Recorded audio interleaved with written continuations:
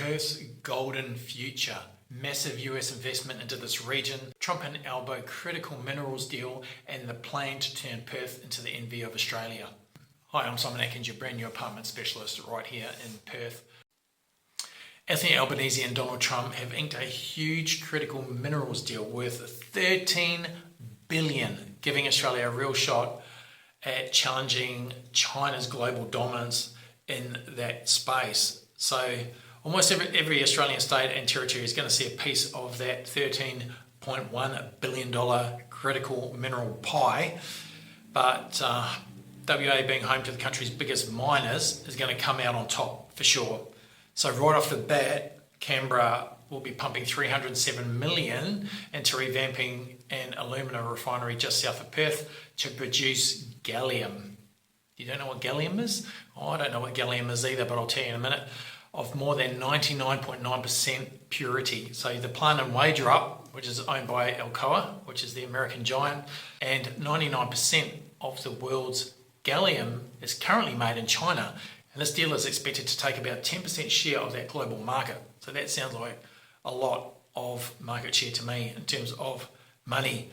Gallium is primarily used in the electronics industry and is a key component of semiconductors, which are used in everything from smartphones and defense applications and so forth. So the project has an estimated resource value of $770 million.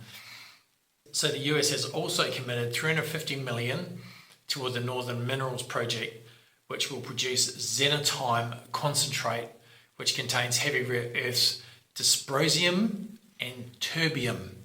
Don't know what that is either.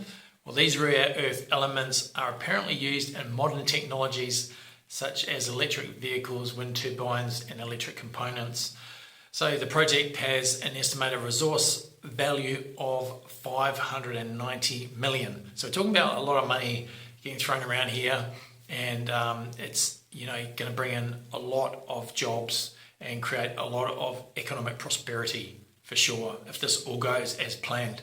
And they've even got together and had a bit of a powwow here in Perth, which is this major conference they had this week, which sees Perth as being transformed to a high-tech hub where building components and maintaining submarines, as per my AUKUS submarine deal video I previously did, and the digging of the rocks out of the ground is supplanted by processing these critical minerals and rare earths. So everybody wants some of that now, and of course we have a wealth of it under the dirt here.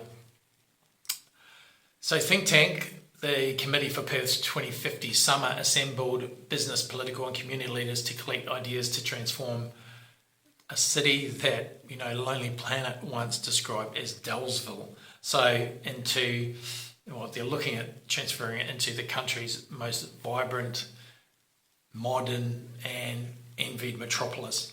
So rainbows and unicorns, who knows? They foresee a bustling community where incomes are high, unemployment is low, the lifestyle is grand, and there's not a toll road or a traffic jam in sight. So it all sounds a little bit too much, but there's obviously going to be a lot of money spent and a lot of infrastructure here, and as I mentioned, a lot of jobs. The defence sector is tipped to surpass agriculture as the state's second largest economic contributor and provide a multi-decade program that would create thousands of high-skilled, high-value jobs. So even at a modest level of annual growth, WA's economy would be 60% bigger by 2050 and worth $750 billion. That's billion with a B. The state's population will grow to more than 3.5 million within the next 25 years, and that's a milestone which is due to be reached about a decade earlier than originally anticipated. So the rise of Asia Pacific could expand Perth's role as a gateway to a region with 60% of the world's population. And infrastructure spending for minerals and metals alone is expected to rise by nearly 40%, driven by global demand for copper batteries and rare earths, which are critical for modernising grids, electrifying transport, defence applications, as I mentioned, and computing power. So Perth could maintain its status as one of the highest income per capita cities globally. So it all sounds pretty bullish from where I'm sitting here.